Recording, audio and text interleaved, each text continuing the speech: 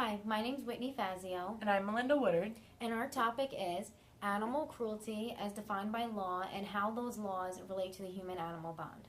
According to New York State, cruelty to animals is defined as overdrives, overloads, tortures, or cruelly beats or unjustifiably injures, maims, mutilates, or kills any animal, whether wild or tame, and whether belonging to himself or to another, or deprives any animal of necessary substances, food, or drink, or neglects or refuses to furnish it such substance or drink, or causes, procures, or permits such act. This is a misdemeanor, punishable with a fine of up to $1,000 and or imprisonment for up to 1 year.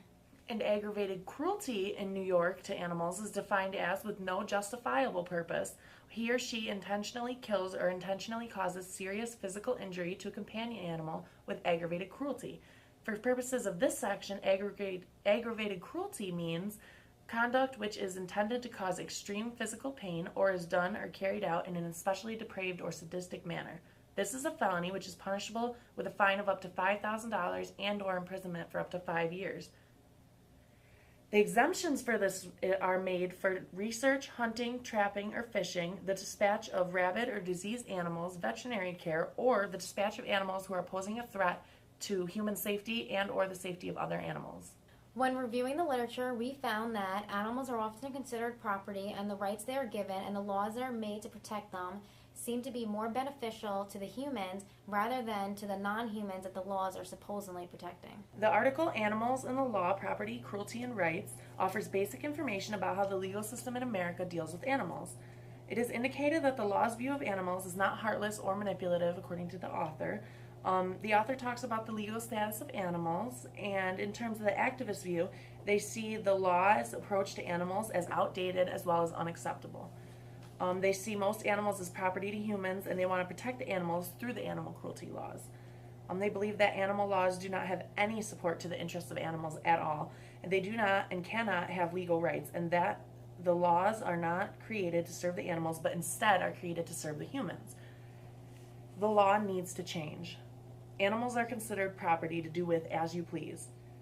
Wild animals are also owned by the state. The first American cruelty law was actually enacted in New York in 1828, and this said, "Every person who shall maliciously kill, maim, or wound any horse, ox, or other cattle or sheep belonging to another shall maliciously or cruelly beat or torture any such animal, whether belonging to himself or another, shall, upon conviction, be adjudged guilty of a misdemeanor." This law was in effect for about 40 years, when in 1866 the law was changed to include all animals and to include neglect as well.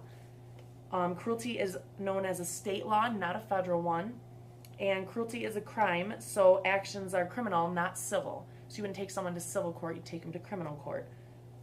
In many states, cruelty does not mean that you have to know that you're harming the animal or know that you're causing it pain. So you cannot know that you're causing them pain or causing them harm, and you can still get in trouble for that. Cruelty to animal laws did not give animals legal standing at all. And categorizing animals as property implies that humans are more important than animals. The article, People and Animals, Kindness and Cruelty, Research Directions and Policy Implications, address the challenges defining and assessing animal abuse, the relationship between animal abuse and childhood mental health, the extensive research on animal abuse and intimate partner violence, and the implications of these empirical findings for programs to enhance human and animal welfare.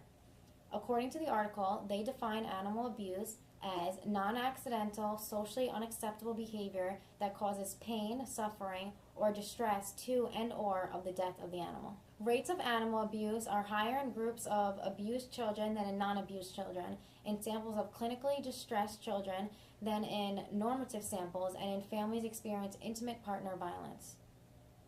The inclusion of animal abuse as one of the symptoms of conduct disorder has facilitated increased attention to the maltreatment of animals.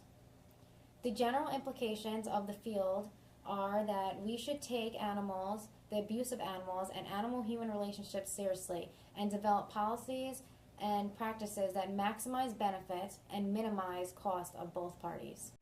The animal cruelty regime in the United States was examined based on agricultural animals, And the United States does not recognize the fundamental right to humane treatment of agricultural animals. They only recognize it for companion animals and other animals that aren't meant for food. And some animals are needed for food, and food is necessary for life, so a lot of people see that pain as unavoidable, which is not true at all. Human interests seem to be more important than the interests of the animals. For example, calves get their testicles cut to make them more docile to help the owner, but that are not being cut to help the calf have a better life or to protect it or to save it for some worse fate. Cutting the beaks of the chickens and docking the tails of the pigs is for confinement and space issues, not for protection of the animal. So, like, you're going to cut off their beak just so you can confine them, or you're going to cut their tails so that way they can have be in smaller spaces and they can mass produce them. And it's not for the protection of the animal whatsoever. It's only to mass produce. And the federal cruelty laws only deal with transportation, slaughter, and the treatment of the animals before the transportation and before the slaughter. So you can do whatever you want to the animals before and after that, which is before and after their transportation. And the agricultural animals usually do not count in the animal cruelty laws, which is actually very interesting if you think about it. So bringing that up, how are the laws made for animals benefit if it does not include all animals? And the only reason that the agricultural animals are not included is because it's beneficial for us to hurt them for food. It's actually, we'd rather treat animals humanely and treat them kindly when it's beneficial to us. But if it's not beneficial to us, we'd rather torture them. It's very interesting. An interesting finding was that in Brazil, they implemented the 5 freedoms: the freedom of hunger and thirst, the freedom from discomfort, the freedom from pain, injury, or disease, the freedom to express normal behavior, and the freedom from fear or distress, as we discussed in class. I thought it was interesting that Brazil actually was found to implement that.